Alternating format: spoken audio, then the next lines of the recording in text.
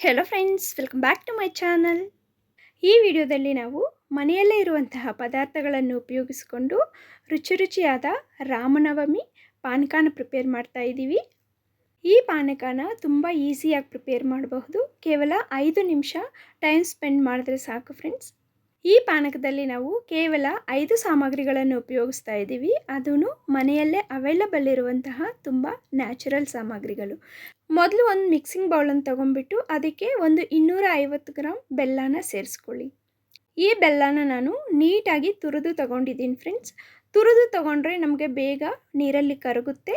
ಅದರಿಂದ ಪಾನಕನ ಪ್ರಿಪೇರ್ ಮಾಡಲು ಜಾಸ್ತಿ ಸಮಯ ತೆಗೆದುಕೊಳ್ಳೋದಿಲ್ಲ. ಈಗ ಈ ಬೆಲ್ಲಕ್ಕೆ ಸ್ವಲ್ಪ ವಾಟರನ್ನು ಆ್ಯಡ್ ಮಾಡಿ.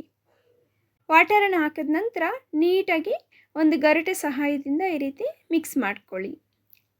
ಕೇವಲ 1 ನಿಮಿಷ ಮಿಕ್ಸ್ ಮಾಡಿದ್ರೆ ಸಾಕು ಫ್ರೆಂಡ್ಸ್. ನೀಟಾಗಿ ಬೆಲ್ಲ ಎಲ್ಲ ಕರಗೋಗುತ್ತೆ. ಈಗ ಈ ಬೆಲ್ಲದ ನೀರನ್ನು ನೀಟಾಗಿ ಇನ್ನೊಂದು ಬೌಲ್ ತಗೊಂಡು ಸೋಸ್ಕೊಂಬಿಡಿ.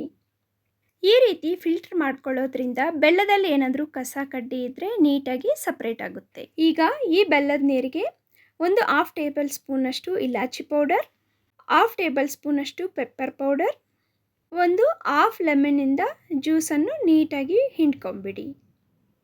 ಈಗ ನಾವು ಫೈನಲ್ ಆಗಿ ಸ್ವಲ್ಪ ತುಳಸಿನ ಆ್ಯಡ್ ಮಾಡಬೇಕು. ತುಳಸಿನ ಈ ರೀತಿ ಎಳೆಗಳೆಲ್ಲ ಬಿಡಿಸ್ಕೊಂಡು ನೀಟಾಗಿ ತೊಳೆದು ಹಾಕ್ಕೋಬೇಕು.